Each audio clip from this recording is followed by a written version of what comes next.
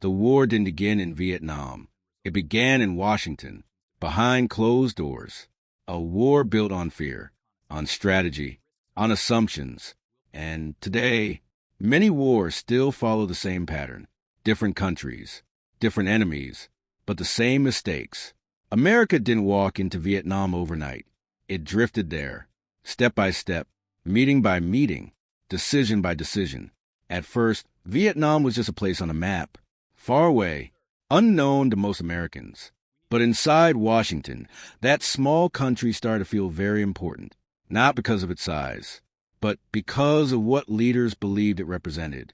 And that belief began with fear. Act 1, the fear. In the years after World War II, the world changed quickly. Old empires were collapsing. New nations were being born. And two superpowers were rising above everyone else. The United States and the Soviet Union. Both believed they were defending the future of the world, but they imagined that future in very different ways. In Washington, officials watched Eastern Europe fall under Soviet influence.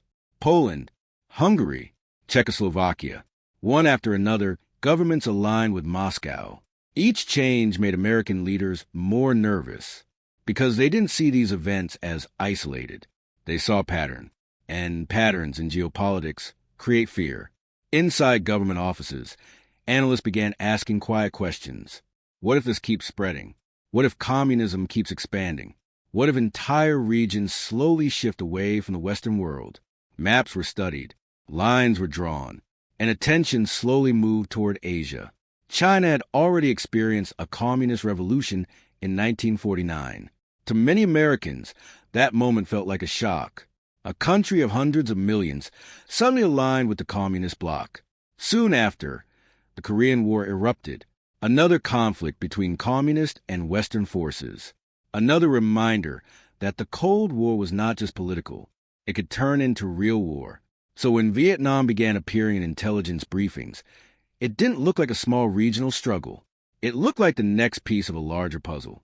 Inside meeting rooms, advisors spoke quietly about what might happen if Vietnam followed the same path as China, if it became communist. Some believed the consequences would not stop there. They imagined neighboring countries beginning to shift as well. Laos, Cambodia, Thailand, one after another, like falling dominoes.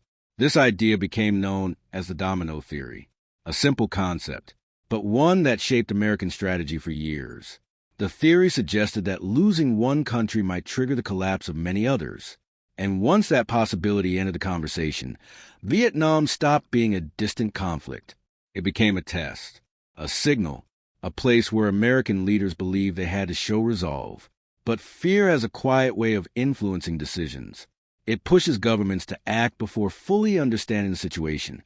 And in Vietnam, that fear began guiding policy long before most Americans even knew the country existed. Military advisors were sent. Economic aid increased. Political support was quietly expanded. At first, the involvement seemed small, temporary, controlled. But history shows that wars rarely begin with massive invasions. They begin with small commitments, a shipment of equipment, a handful of advisors, a strategic promise made behind closed doors. And over time, those small steps start to accumulate, until one day, a nation realizes it is already involved. By the early 1960s, the United States had moved far beyond observation. It was already shaping events on the ground, trying to influence the direction of Vietnam's future. But fear alone does not start a war. Eventually, someone must make a decision. And those decisions were about to happen in Washington. Fear had already pulled the United States closer to Vietnam. Advisors were on the ground. Money was flowing in. Strategies were being discussed in quiet rooms. But one question still lingered. How far would America go? For years, leaders tried to keep the war limited, contained, controlled from a distance. But wars rarely stay small for long. And in Washington, the pressure to act was slowly building. Act 2, the decision. Inside the White House, conversations about Vietnam became more frequent. Military leaders brought reports. Intelligence officials delivered updates. Maps were spread across large tables. Each meeting ended with the same quiet uncertainty. What happens if we don't act? Some advisors believed Vietnam was a critical line in the Cold War. They argued that abandoning the region could weaken American credibility across the world. If the United States stepped back here, would allies still trust its protection elsewhere? That concern weighed heavily on decision-makers, because global influence, once questioned, can be difficult to restore. At the same time, the situation inside Vietnam was becoming unstable. The South Vietnamese government struggled to maintain control. Political instability, internal divisions, growing insurgency in rural areas. American officials worried that without stronger support, the government in Saigon might collapse. So the United States increased its involvement, first through military advisors, then through equipment and training programs. But even as support expanded, the conflict continued to grow. Guerrilla fighters known as the Viet Cong were gaining strength, operating in villages, moving through jungles, blending into the civilian population. Traditional military strategies struggled to contain them. The war was becoming more complicated than many planners had expected. Then, in August 1964, something happened in the waters of the Gulf of Tonkin. An American destroyer reported being attacked by North Vietnamese patrol boats. Soon after, another reported encounter followed.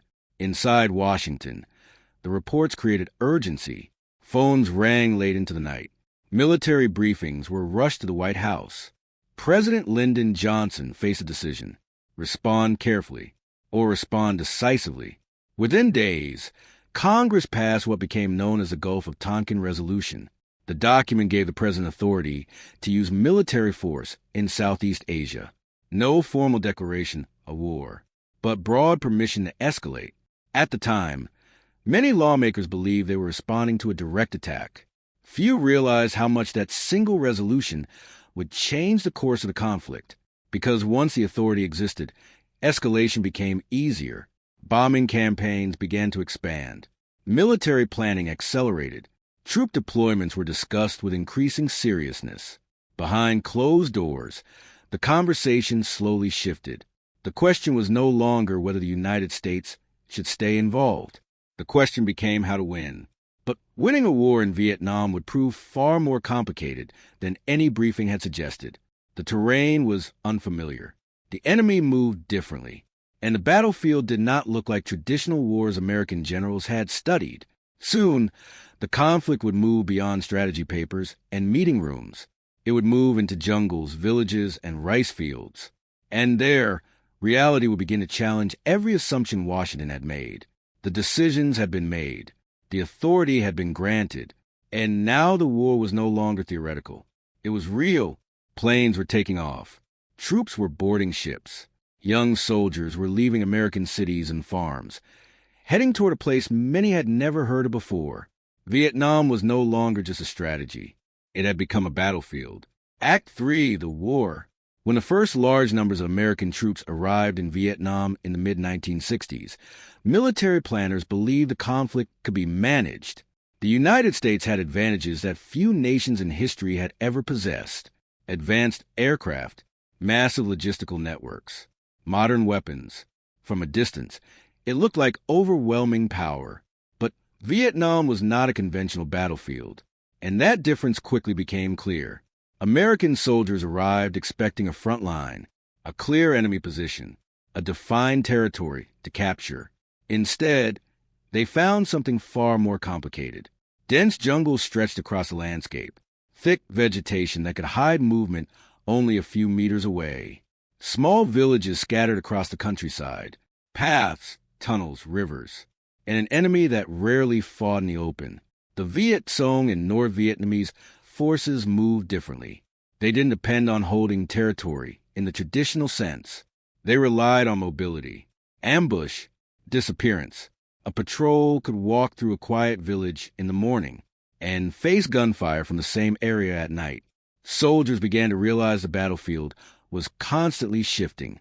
One day, an area appeared secure. The next, it wasn't. American strategy adapted the only way it knew how: search and destroy. Units were sent into the jungle to locate enemy forces, engage them, and eliminate them. Helicopters became a defining symbol of the war. They carried troops into remote clearings, lifted wounded soldiers out of combat zones, moved supplies across terrain that roads could not reach. For a moment, it seemed like technology might solve the problem. But the war continued to resist simple solutions. Enemy fighters often avoided large battles. They waited, watched, then struck when conditions favored them. A roadside explosion, a sudden ambush, a sniper hidden in dense vegetation. The result was a war where progress became difficult to measure. Generals relied on numbers, body counts, enemy losses reported after each operation. But numbers on paper did not always reflect control on the ground. An area cleared during the day might return to enemy influence days later, sometimes hours later. Villages changed loyalties depending on who was present, who was protecting them, or who they feared more. For American soldiers, the experience became unpredictable. One patrol could pass quietly through rice fields under a hot sun. The next patrol could erupt into chaos within seconds. And slowly, the war turned into something different from what planners had imagined. Not a quick demonstration of power, but a long struggle of endurance. Meanwhile, back in the United States, something else was happening. For the first time in history, a war was being seen almost in real time. Television cameras followed soldiers. Journalists reported from the field. Images traveled across the ocean into American homes. Families watched helicopters land in muddy clearings. They saw soldiers moving through villages. They heard the sounds of gunfire echoing from distant jungles. The battlefield was no longer distant. It had entered the living room. And as the war continued, those images began to change how Americans understood the conflict. Because the longer the fighting lasted, the harder it became to explain what victory actually looked like. And that question, quiet at first, was about to grow much louder. Because the real cause of the war was only beginning to emerge. For years, the war continued. More troops, more missions, more nights in the jungle. But slowly, something began to change. Not on the battlefield, but thousands of miles away, back home. Because every war has a cost. And Vietnam was beginning to reveal its true price. Act 4, the cost. At first, the war felt distant to most Americans. It was happening far away, across an ocean, in jungles few people could even picture, but that distance slowly disappeared. Every week, planes arrived back in the United States carrying wounded soldiers. Hospitals began receiving young men barely out of high school. Some returned with visible injuries. Others carried wounds that no one could immediately see. Families waited at airports. Parents stood quietly in hospital hallways.